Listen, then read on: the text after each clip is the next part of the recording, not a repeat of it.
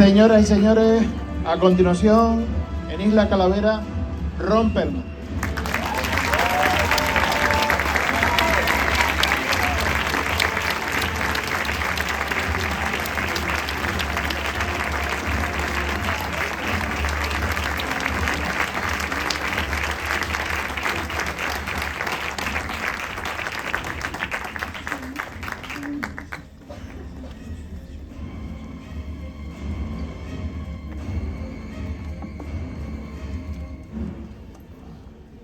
Get a T-shirt.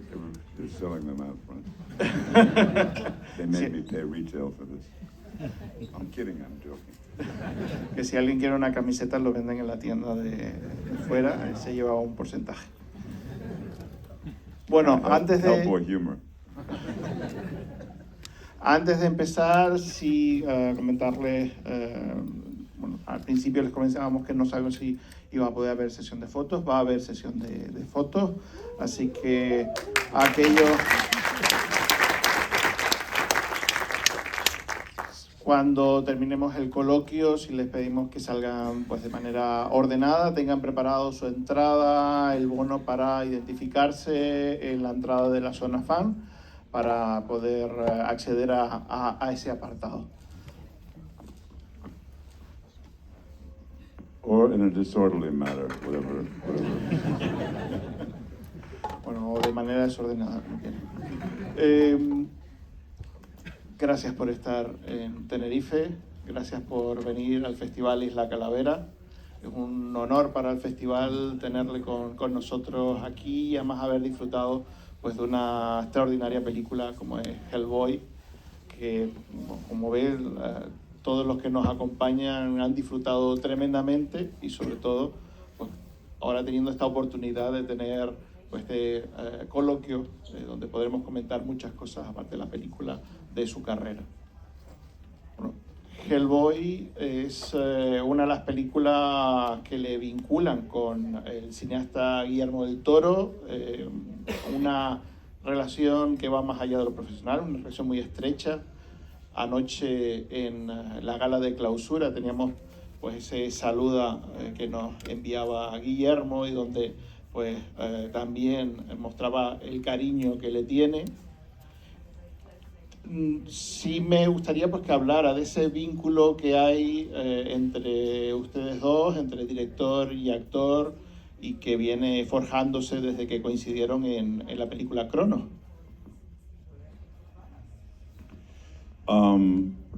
I 1991, I believe, I was going through a midlife crisis.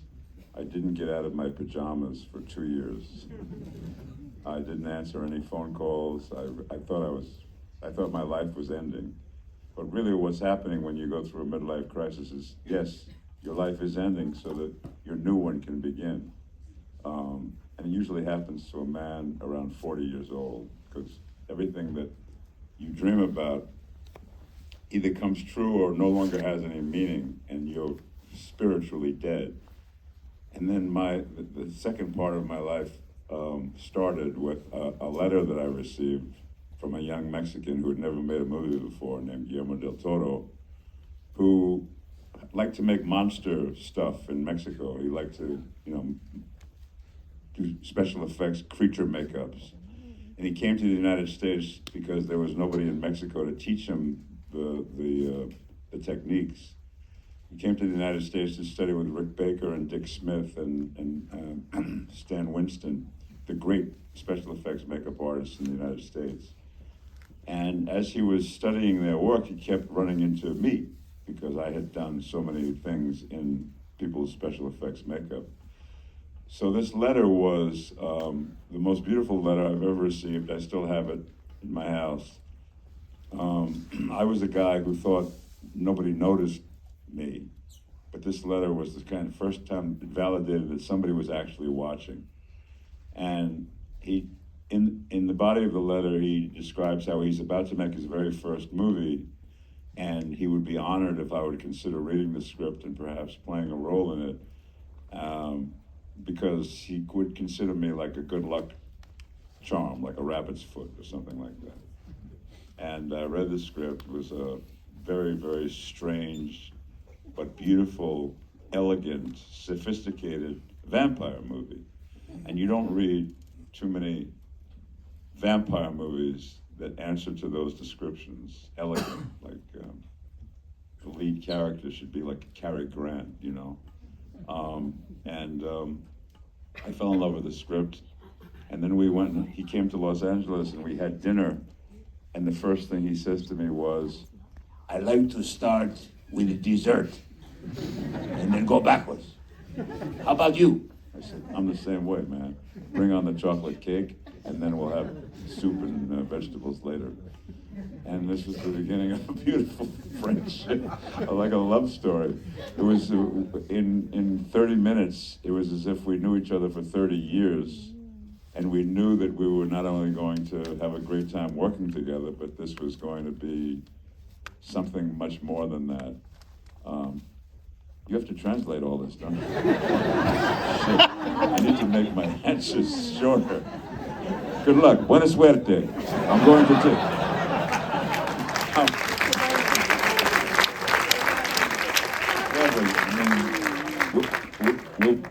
We'll be here till Wednesday at this rate. Anyway, I'd leave it to you. I'm going to take a nap now. Bueno, comenta que en 1991 estaba atravesando una crisis de la mediana edad. Dice que no se quitaba el pijama, no salía de su casa, no respondía al teléfono de nadie. Pensaba que su vida pues había acabado, que ya a nadie le interesaba, que sé que es algo que suele pasar pues, a las personas cuando llegan pues, a los 40 años aproximadamente, que sienten que su vida se acaba porque a lo mejor sus sueños no se han cumplido o ya no les interesa, y que efectivamente es así. Lo que pasa es que se acaba una vida porque otra empieza. Y que en este caso, afortunadamente, pues su vida ha estado vinculada con un mexicano llamado Guillermo del Toro. Él, digamos, era una persona que en México se encargaba estaba haciendo pues figuras y cosas de maquillaje vinculadas con el género fantástico, de monstruos. Había ido a Estados Unidos para estudiar con Rick Baker, con Dick Smith, con Stan Winston, con los grandes expertos en efectos especiales y en maquillaje, le escribió una carta en la que se presentaba y le decía pues que siempre había seguido su carrera, algo que a él por un lado le sorprendió, pero sobre todo pues se dio cuenta de que alguien pues la había estado viendo cuando él pensaba que nadie se fijaba en él. Descubre, gracias a esta carta, que alguien le estaba viendo, y que en esa carta pues decía que estaba empezando a preparar su primer largometraje. Era una película de vampiros y que le gustaría entregarle el guión para que lo pudiera leer e interpretar uno de los personajes. Ahí pues leyó un guión que era un guión inteligente, sofisticado, elegante, una historia de vampiros, y le llamó la atención porque normalmente pues, los guiones de vampiros no suelen pues, venir acompañados por esos adjetivos. Así que le interesó. Además había personajes muy bien escritos, un personaje que era un poco el estilo Gary Grant, y quedaron para conocerse. Así que cuando quedaron en un restaurante, pues Guillermo llegó y lo primero que le dijo fue: yo prefiero empezar por el postre y después ir hacia atrás, si no te importa. Y dijo: sí, por mí estupendo. Así que empezaron con la tarta de chocolate y después siguieron hacia atrás hasta llegar a la sopa de verdura. Wow. It sounded much longer when I said it. Bueno, sí tenemos que decir que en Isla Calavera somos grandes fans de Cronos, una película que adoramos, así que creo que una cosa que sí nos gustaría, no sé si se podrá hacer el próximo año, pero sería volver a tenerle con nosotros y a Guillermo del Toro y hacer un pase de Cronos y tener pues un encuentro como este con la película y poder comentarlo.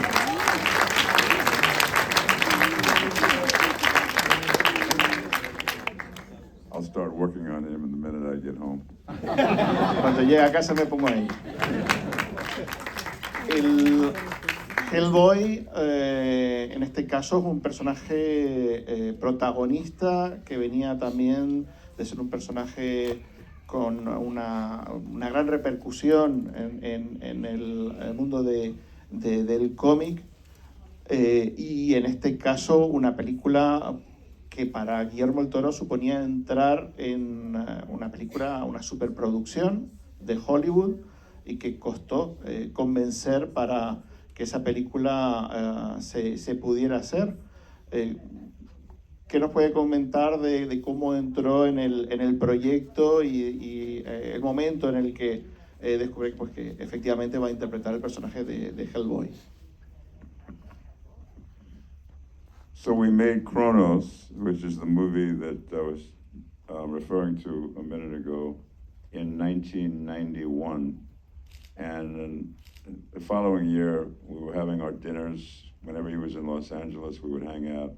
And we finished dinner, and he brought me to a comic book store where there was a life-size maquette of Hellboy. And I'm not a comic book reader, so I was being introduced to Hellboy for the first time. And Guillermo said, "Hellboy, Ron, Hellboy, nice to meet you." And he told me that in a perfect world, he would like to make a movie of Hellboy and that I should be playing Hellboy. And I said, well, thank you very much, but we don't live in a perfect world. And if you're going to make a comic book movie, which takes many hundreds of millions of dollars, you're going to need a movie star. Nobody's ever going to, associate me with what needs to happen in order to have people write big checks. And 7 years, he sat with studios, and they all mentioned Nicolas Cage and The Rock and Steve Austin, every movie star, and Guillermo says, "Oh yes, I will do it with him," and then would walk out of the room and not do it with them. And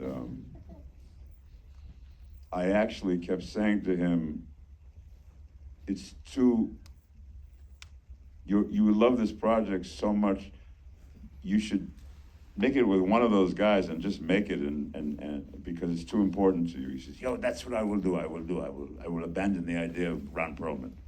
And he never abandoned the idea, and it took him 7 years, 3 studios he had relationships with, and they all ended because he kept saying my name, and they all kept going like this. And he finally got it made. I have never, in my whole life, directors will run over their mother in a truck in order to get their movies made. I've never seen a director who was so willing to not make the movie unless he made it exactly as he wanted to do it. I've never seen a gesture like that since, and maybe ever again. I don't think those things happen. So I was this guy in a way that's even more fantastical than the movie itself. It's like fantasy meeting fantasy.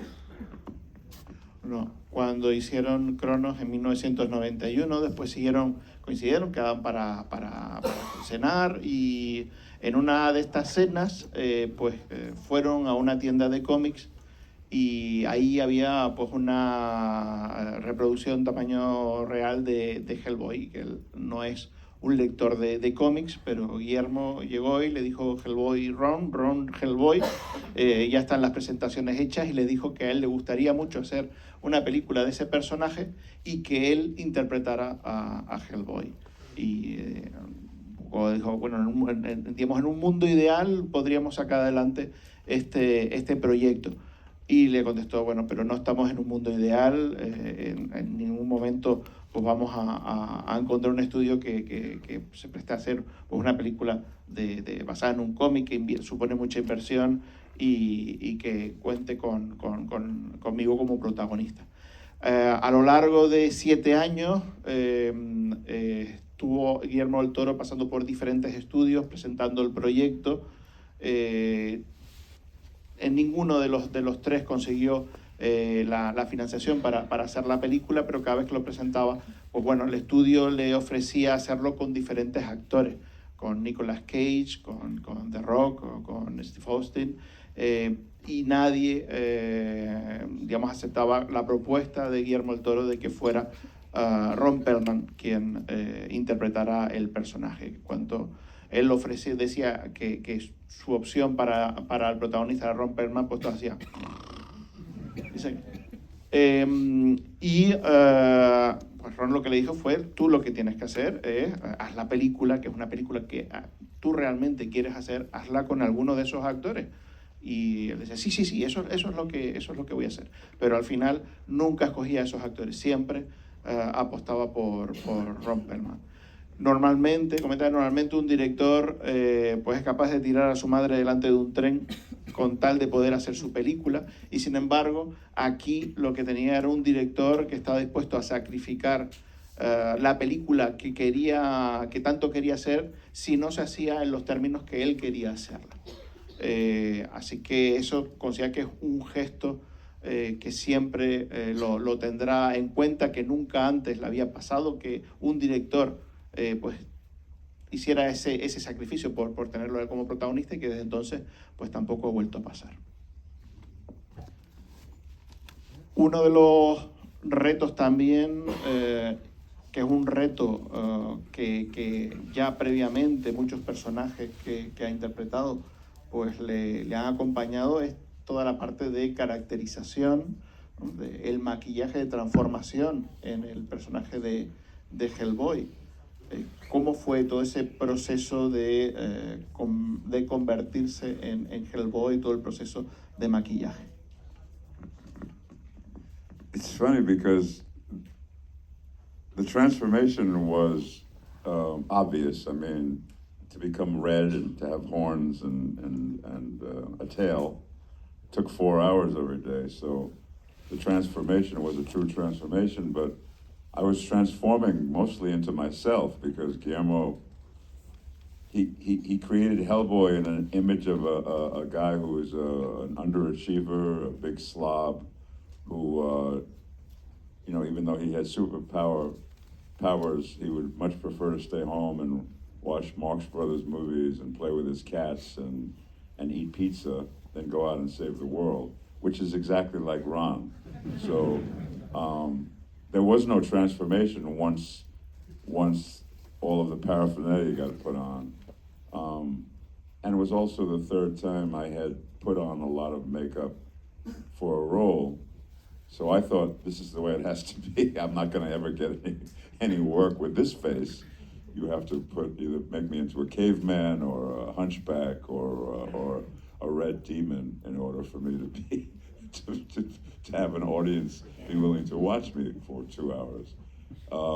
So the main thing, though, is sitting in a chair for 4 hours, being transformed into this magical makeup that was created by the more magical Rick Baker, who's so good that they invented the Makeup Academy Award just so that they could give it to him 8 times, was an honor. And I would sit there in the chair and people would say, isn't it annoying to sit here for 4 hours and put makeup on? I said, no, because by the time it's on, I'll be Hellboy. And I think every dude in the world would rather be me. So what in the world is the problem with that? There's no problem at all. Bueno, dice que obviamente había que pasar una parte de transformación con el maquillaje, porque tenía que estar rojo, tenía que tener los cuernos, tenía que tener la cola, pero había otra parte que no hacía falta ninguna transformación, porque en la apariencia física tenía que convertirse en Hellboy, pero el personaje que había creado Guillermo del Toro en esencia era él. Era un personaje que pues básicamente pues no le apetecía mucho eso de salvar el mundo, prefería quedarse en casa pues viendo películas de los hermanos Marx, jugando con sus gatos, y que eso en esencia es lo que es Ron Perlman. Así que bueno, esa parte de convertirse en el personaje pues ya venía dada. Con respecto al maquillaje, pues eran 4 horas sentado en una silla para transformarse. Que algunos pues le preguntan si pues eso suponía un problema y dice que no, el maquillaje de la película lo hace el mágico Rick Baker, que es uno de los grandes especialistas en maquillaje. Fue fantástico que la academia creara la categoría de mejor maquillaje para él, y que por lo tanto estar ahí 4 horas sentado siendo transformado en Hellboy no era ningún problema. Gente dice, pero de verdad que no te molesta, ¿no? Porque después de esas 4 horas iba a ser Hellboy, y a qué tío no le gustaría ser Hellboy. O sea que en ese sentido es, digamos, un proceso que no le supuso ningún problema. Además venía pues, de estar acostumbrado a hacer esas transformaciones, porque dice que con esa cara que él tiene, pues desde un principio de su carrera tenía claro que iban a tener que maquillarle, porque nadie iba a ir a ver una película y estar 2 horas viendo esa cara, sino que hacía falta siempre pues, ponerle maquillaje y hacerlo más llamativo para el público. Todo ese proceso de maquillaje que hemos visto ya previamente en personajes que había interpretado, como Salvatore en Nombre de la Rosa, en Busca del Fuego. Ya venía con experiencia dentro de ese proceso, como nos ha dicho. Hay una historia que escuché, que una de sus películas de infancia era El Jorobado de Notre Dame con Charles Lawton, donde interpretaba ese jorobado, y me gustó esa conexión entre pues, ese personaje de su infancia y después el personaje de Salvatore en el Nombre de la Rosa, donde también, igual que Charles Lawton, pues tenía que ese momento en el que no solo tenía la transformación del rostro, sino toda la parte en la que tenía que transformar el cuerpo para interpretar al jorobado. ¿Qué me puedes ¿Vio esa conexión de Salvatore con Charles Lawton cuando hizo la película?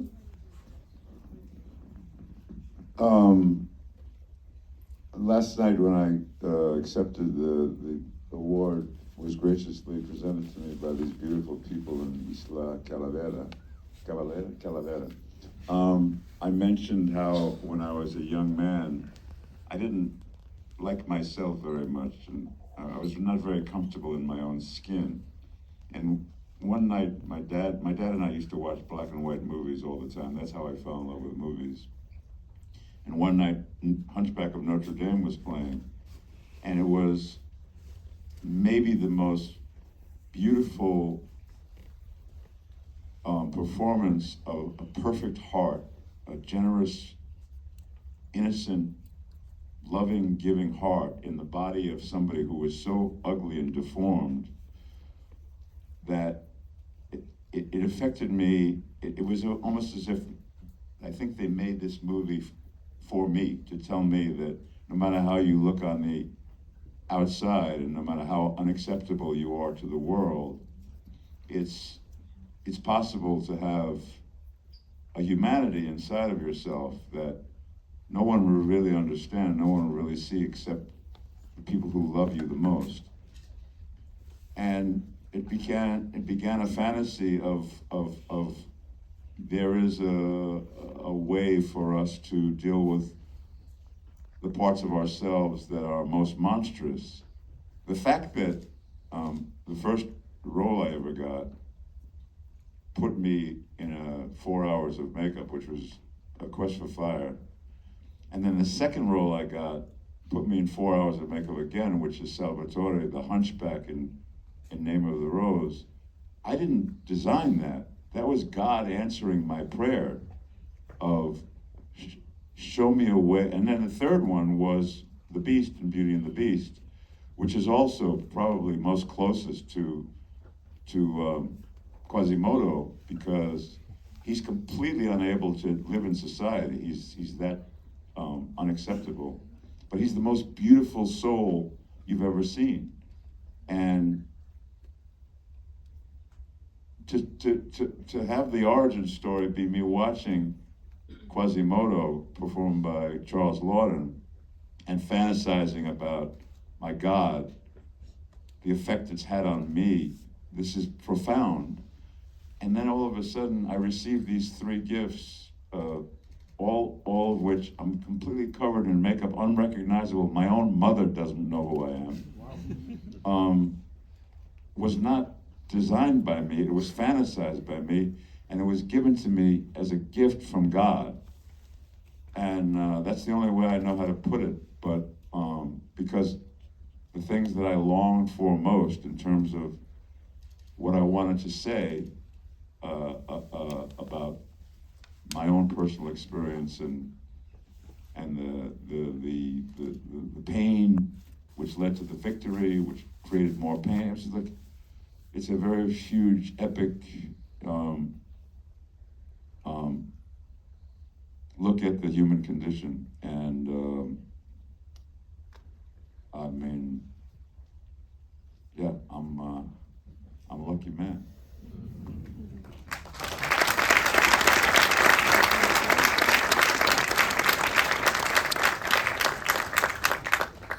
Nos comenta que efectivamente, bueno, cuando ayer le entregamos el premio en Isla Calavera, comenta pues como la maravillosa gente de Isla Calavera le entregó ese premio. Comentaba que cuando él era más joven no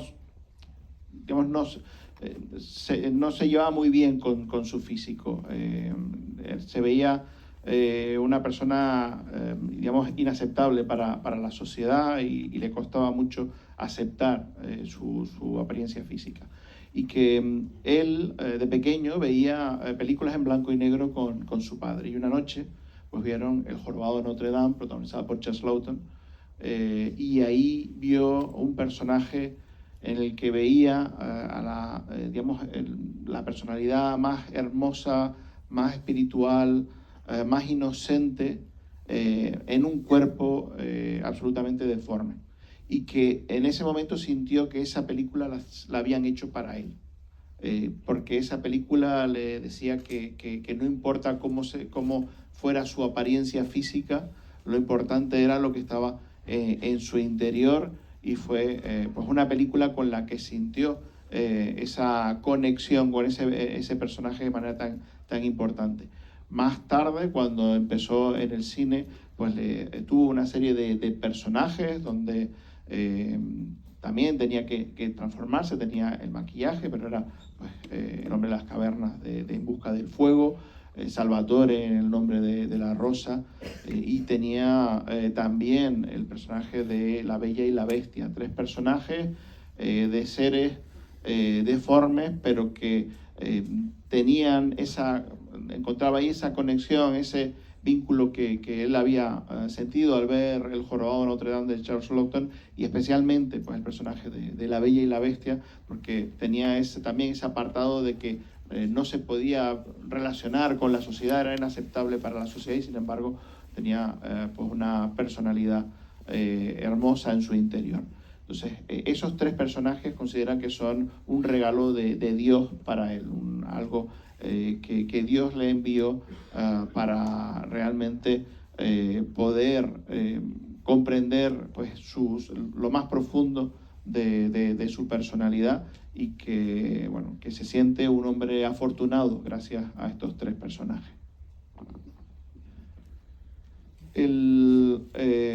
La Bella y la Bestia, que mencionas también, digamos, una serie de televisión que le dio una gran popularidad y donde además pues había ese componente romántico que a lo mejor otros personajes previos pues todavía no le habían dado, y consiguió el Globo de Oro y un perfil, como dice, pues ese personaje monstruoso, pero que además pues tenía pues ese apartado de galán protagonista de la historia, más una serie y un personaje que se han vuelto de culto. ¿Cómo recuerda pues a día de hoy si sigue siendo recordado por ese personaje, y cómo recuerda la experiencia de trabajar en la serie?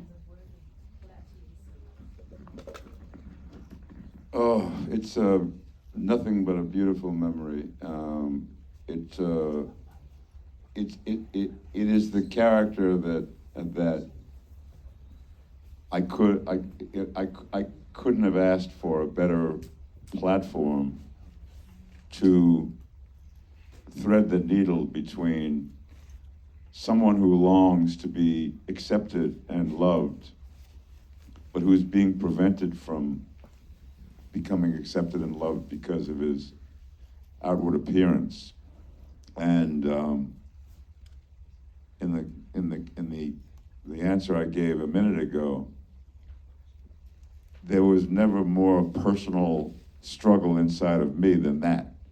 So to be able to play this character that was the embodiment of that dialectic, that inner dialogue, the Beast was as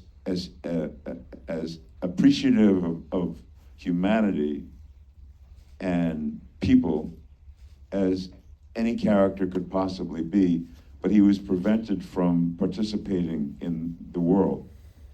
And there's a tragedy to that that's very, I mean, after I played that role, I figured, okay, this is it. This is the role that led to the 2 years midlife crisis, where at the end of me playing the Beast, I was finished. I didn't have anything else left to say. You know, I'm done now. And that was after they canceled the show. For 2 years, I sat in my pajamas, you know, and was a mess, because I felt like, okay, you have now done what you were put here to do, and there's nothing left to do, until I got the letter from Guillermo offering me a shot at something else, a new phase. No makeup in Kronos, just this is what I look like. So it was the beginning of the second half of my life. And Beauty and the Beast, there's no more personal character ever that I've ever played than that. Dice que ese personaje de la bestia en La Bella y la Bestia es digamos, el personaje, como decía antes, que más cerca tiene de sí mismo. Uno de los, fue un personaje que le llegó donde tenía que interpretar a una persona que como él se sentía físicamente, pues no era aceptado por la sociedad, como comentó antes, pero que era una persona que tenía una necesidad de relacionarse, de participar, de tener una conexión con el mundo que le era negado, y que eso hizo que fuera algo que se sintiera pues muy identificado con este personaje, un personaje que lo interpretó durante 2 años, y que fue precisamente el hecho de acabar, de terminar este personaje, lo que provocó pues esa crisis de la mediana edad que comentaba al principio. Después de 2 años interpretando a la bestia, sintió que ya pues había dicho todo lo que tenía que decir, que no podía aportar nada nuevo, y fue cuando cayó en esa crisis, cuando se puso el pijama y cuando no quería salir de la casa, hasta que Guillermo del Toro le envió esa carta y le permitió pues pasar a una nueva etapa de su vida, pero que a día de hoy sigue siendo el personaje más cercano a él que ha interpretado. Sus papeles con Guillermo del Toro, Hellboy, su participación en Blade 2, hemos hablado de Salvatore en El nombre de la rosa, de En busca del fuego.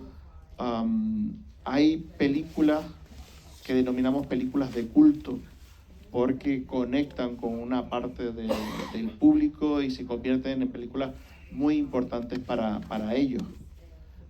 En su caso, en su filmografía podemos encontrar muchos títulos que podemos considerar películas de culto, pero también en este caso yo creo que en su carrera podemos hablar de un actor de culto, más allá de muchos proyectos en los que ha estado.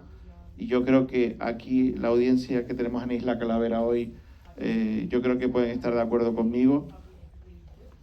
Para nosotros usted es un actor de culto porque conectó eso que comenta de ese elemento profundo interno que transmiten sus personajes, nos conecta con todos nosotros, y por eso nos encantan las películas que ha hecho, pero sobre todo nos gusta esa conexión, esa sensación que tenemos hacia usted por los personajes que interpreta. ¿Se ve usted como un actor de culto? ¿Siente digamos, ese seguimiento por parte del público?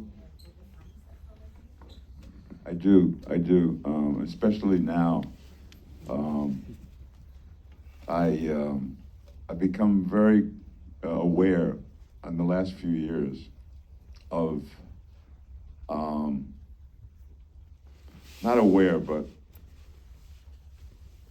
I'm an old man now. I'm 74 years old, and you know, I've always been incredibly competitive, and I've always felt like I needed to prove myself to myself and to the world.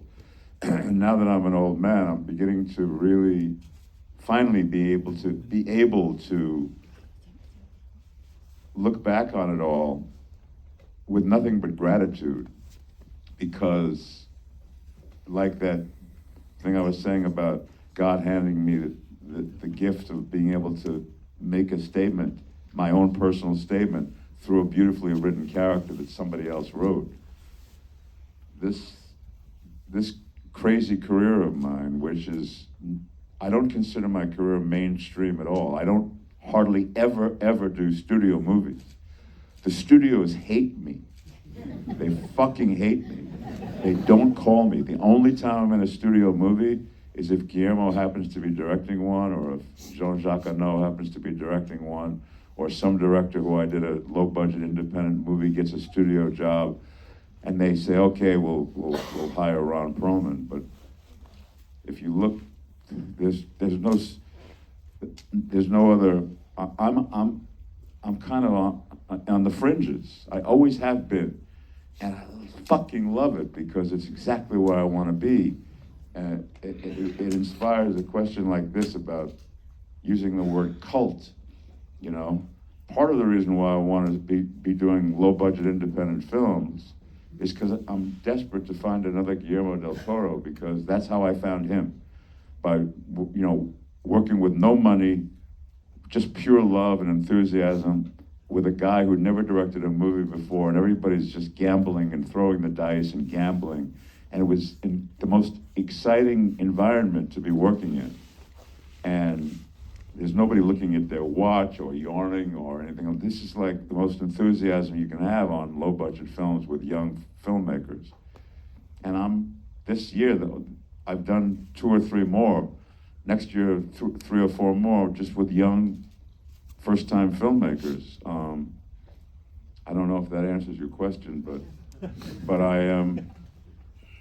I finally see kind of like, there's no reason to long for the kind of stardom I used to long for, the kind of acceptance I used to long for. What I have been given by the universe is way more precious, is way more beautiful, and less like anybody else's. And I really, really feel it. I really feel the love of the people who watch my stuff and want to share that with me. It's beautiful.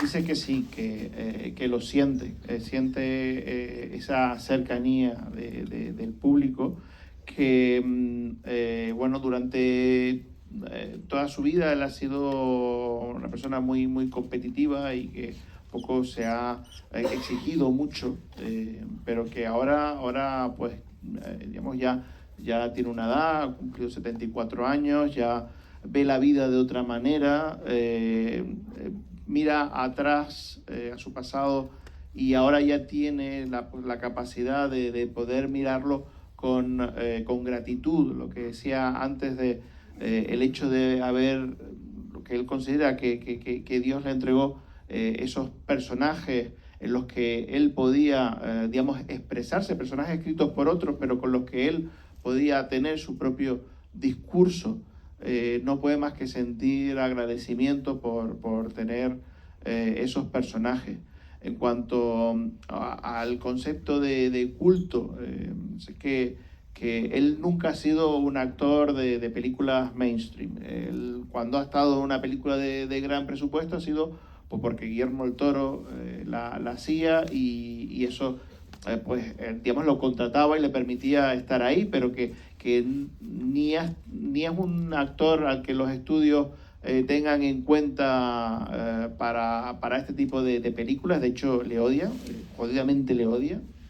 Ni a él le interesa, él no quiere estar en ese tipo de películas, prefiere estar en las películas que están un poco en el borde, películas de directores que dirigen su primera película, un poco con la idea de buscar a un nuevo Guillermo del Toro, encontrar pues esa sensación de un proyecto que está hecho con entusiasmo, con pasión, donde nadie está mirando el reloj, donde nadie está bostezando, donde la gente trabaja porque tiene auténtica dedicación por esa película. Y eso es lo que a él le interesa, trabajar con esos jóvenes directores que vienen con ese entusiasmo. Que este año ha rodado 3 películas con jóvenes directores, que el próximo hará otras 3 o 4, y esa será la línea que siempre se irá, de apoyar a los jóvenes directores en nuevos proyectos, porque es donde encuentra ese entusiasmo que a él le motiva en su carrera.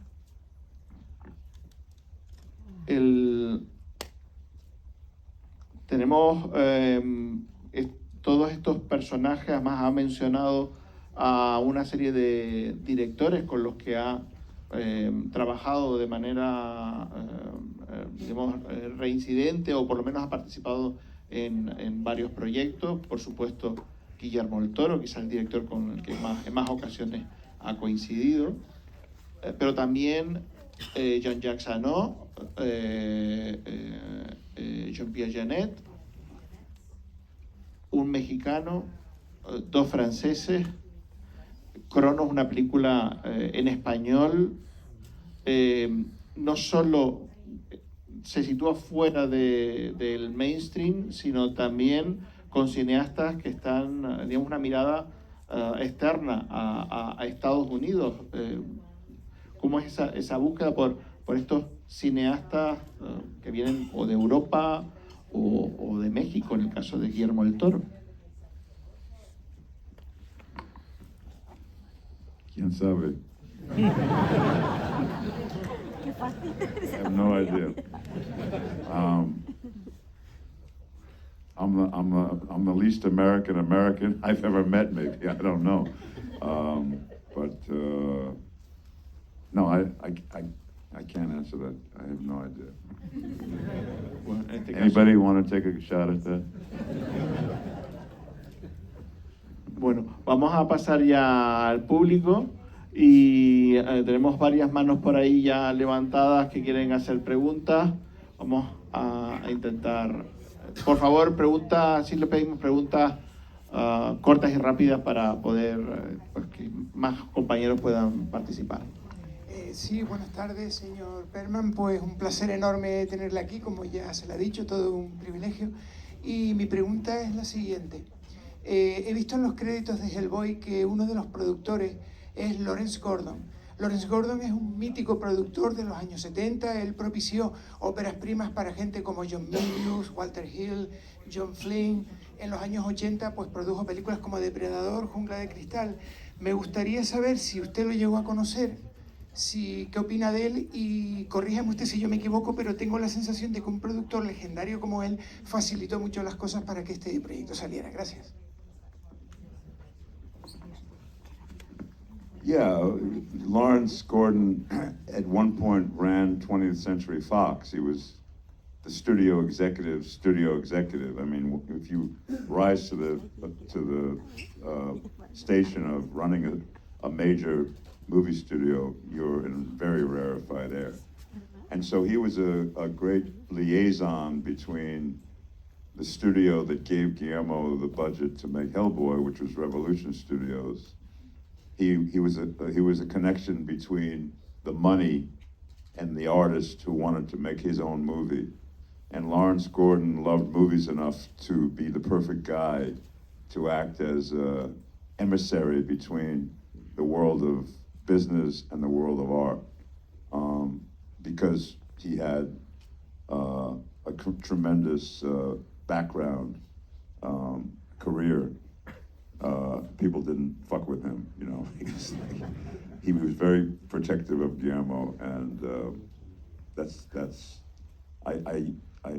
I went to him whenever there was a problem, because I knew that was the guy to handle stuff. Sé que sí, que efectivamente era, digamos, un ejecutivo que llevaba a la 20th Century Fox, que era una persona, digamos, con un gran poder dentro del estudio, y que precisamente por digamos, esa experiencia previa a todo ese trabajo anterior resultaba, digamos, la persona ideal para servir de, digamos, enlace entre Revolution Studios, que es el estudio que puso el dinero con el que Guillermo del Toro pudo hacer la película, y el propio Guillermo del Toro, digamos que era eso, el emisario entre el dinero y el arte, y que desde luego era una persona que sabía mucho, porque tenía toda esta experiencia detrás, y que nadie le jodía. Esa era una persona dura, y él sabía que cuando tenía algún problema podía acudir a él, porque era una persona que también apoyó bastante a Guillermo del Toro. Otra pregunta. Por aquí. Hola, Rom. Lo primero, quería decir que es un actor fantástico y que cada vez que sale roba totalmente la escena y mejora cada película en la que aparece. Eso porque no creo que tenga otra oportunidad de decírselo. Y querría también preguntarle sobre dos películas del Fantástico que a mí me parecen fascinantes, aunque las vapuleó la crítica, como Season of the Witch y The Island of the Dr. Moreau. ¿Y qué puede decirme de esa película, de la que David Tuelis tiene prohibido hablar porque no trabajaría más en Hollywood?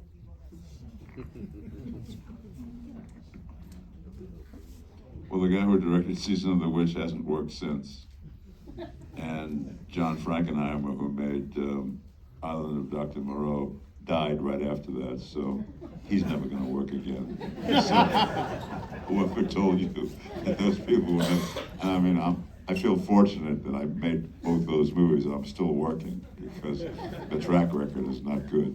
But thank you for the kind words. Yeah, there were two movies that didn't get received well by the world, but that's not my main concern. My main concern is the experience of who I'm working with. On the Island of Dr. Moreau, I was next to Marlon Brando, who, you know, is the greatest screen actor of all time. So it doesn't really matter what the world thought of the movie. It comes to me, and I'll tell you what an amazing experience it was. Así que, efectivamente, el director de Season of the Witch efectivamente no hizo ninguna película más después de eso, y John Frankenheimer, después de La Isla del Dr. Moreau, murió, así que tampoco hizo más películas después de eso.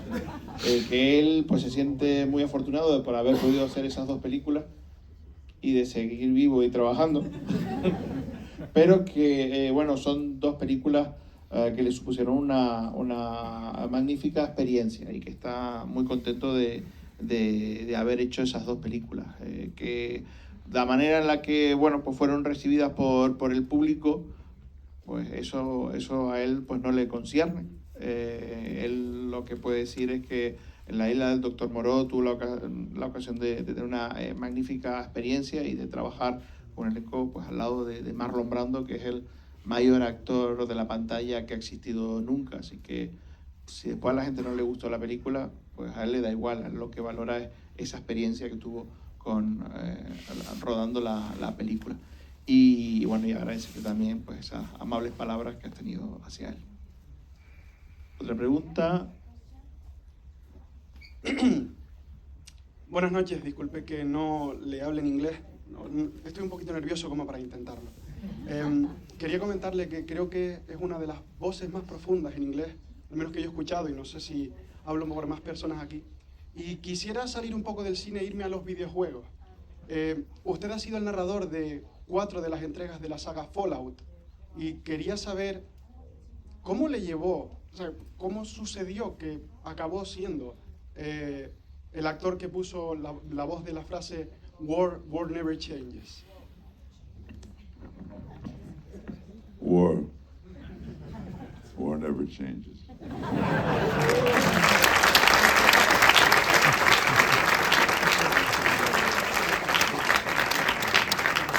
Back in the 90s, I started doing cartoons, voices on cartoons. The acting work was getting very slow, so I started to try to broaden my ability to make a living, and I started working on cartoons, and I developed a new set of friends in the voiceover world, and I discovered that I really like doing voiceovers because they don't require any preparation or any rehearsal or any pageantry. You show up in 1 hour, you're in your car going home, and you've given a performance that is like straight from however you imagined it, however big you wanted to make it. Unlike film acting, which requires a little bit of nuance. And so I love acting so much that voice acting became something that I really added to my arsenal, and then they started calling me for video games, and there we are. Dice que en la década de los 90 empezó a participar en animación, poniendo la voz a diferentes personajes, y que fue una experiencia diferente, y que fue algo que le gustó mucho, porque claro, la animación no requiere de la misma preparación que tiene el cine de imagen real. Simplemente tenía que ir allí, le daban el guión y daba su interpretación, y después con las mismas se subía al coche y se iba a casa. Al mismo tiempo también le dio la oportunidad de conocer pues a todo un elenco de actores de doblaje que eran maravillosos, y con los que ha tenido una relación espléndida, y que pues ese trabajo en la animación pues pasó al mundo de los videojuegos, y el videojuego llegó a sus manos, y aquí estamos. Nos queda tiempo para 2 preguntas más. Buenas tardes, Rom. Bueno, como fan completo y total de la saga Alien, me gustaría preguntarte cómo fue la experiencia de compartir junto a Sigourney Weaver y Winona Ryder. ¿Cómo fue esa experiencia? Gracias. Well, Sigourney Weaver is as tall as I am, so that was a thrill, because as I said in the movie, I can't lay off the tall ones. I just have a thing for tall girls. So I can't tell you any more than that because of lawyers and ex-wives and things like that. And Winona Ryder at the time was one of the biggest female movie stars on the planet, so it was a thrill to be working with her. And Jean-Pierre Jeunet, who had made City of Lost Children, La Cité des Enfants Perdus, this was kind of a reunion with me and him, because we had made that film together, made such great memories together, and now we're working in a Hollywood main, which I really do. And yeah, Alien Resurrection. Bueno, dice que Sigourney Weaver es tan alta como él, y como dice en la película, pues él tiene, digamos, una debilidad por las mujeres altas, y que claro que ya no puedes ir más a partir de ahí porque hay abogados de por medio y cosas, y se podría complicar. Y después que Winona Ryder en aquel momento era digamos, la actriz femenina más importante del momento. O sea, también algo emocionante poder trabajar ahí. Una película que hizo con Jean-Pierre Jeunet, con el que había hecho La ciudad de los niños perdidos. Y ahí habían establecido un vínculo muy fuerte y tenían, pues, bueno, muchos recuerdos comunes, y eso pues le permitió hacer esta superproducción de Hollywood en las que él no suele participar, pero bueno, en este caso de la mano de Jeunet pues la pudo hacer, pero que básicamente fue así. Última pregunta, la tiene Ramón. Aquí, perdón. Me gustaría preguntarte, Ron, ¿cuánto hay de ti, de tu forma de ser en el personaje de Hellboy? Los que somos lectores del cómic, vemos en la película de Guillermo del Toro mucho del personaje de la viñeta, pero también hay rasgos que son diferentes. Me gustaría saber cuánto añadió Guillermo y cuánto añadiste tú en esa forma de ver tan particular Hellboy en las películas de Guillermo del Toro. By the time we did Hellboy, Guillermo and I had already worked on 2 other movies, Kronos and then Blade 2. So we knew each other very well.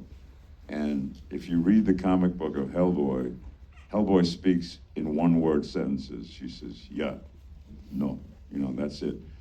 So Guillermo needed to make him a movie character, he needed to give him a personality and listen to words coming out of it and a point of view. And he decided, since Hellboy and what makes Hellboy charming is that he's an underachiever. He's a big slob. He just wants to eat pizza and play with his cats and watch old black and white movies, and he doesn't want anything to do with saving the world. But he has this superpower and he's working for this organization. But the slob part, the underachiever part, Guillermo goes, oh, I'm just going to base it off of Ron. Because that's... And so a lot of people thought I was making up all the dialogue, but I never improvised one thing in that movie. Every single word I said in the movie was written by Guillermo from studying me and deciding, yeah, there's no better slob in the world than my friend Ron here. Bueno, dice que para el momento en el que hicieron Hellboy ya habían hecho 2 películas juntos, Kronos y Blade 2, por lo que ya se conocían bastante bien, y que el personaje del Hellboy en el cómic, digamos que es de respuestas cortas, monosilábicas, de sí, no, poco más, y que Guillermo necesitaba desarrollar un poco más el personaje. Y veía pues ese personaje pues que era pues, bueno, un tanto dejado, un tanto vago, lo único que le interesaba pues era comer pizza, ver películas en blanco y negro, jugar con sus gatos, bueno, pues daba la situación de que tenía esos poderes y que trabajaba para esa organización, pero que realmente todo eso no le interesaba para nada. Y tenía que desarrollar a ese personaje, y que a Guillermo del Toro pues lo que se le ocurrió fue que esa parte un poco de dejadez, de vagancia del personaje, pues se iba a basar en Ron. Y que mucha gente piensa que pues son elementos que él ha desarrollado en el personaje, frases que él improvisó. Sé que él no ha improvisado ni una sola palabra del diálogo, que todo fue creado por Guillermo del Toro basándose en él. Pues gracias a todos y a todas por habernos acompañado en esta sesión tan especial. Les pido un fuerte aplauso para Ron Perlman.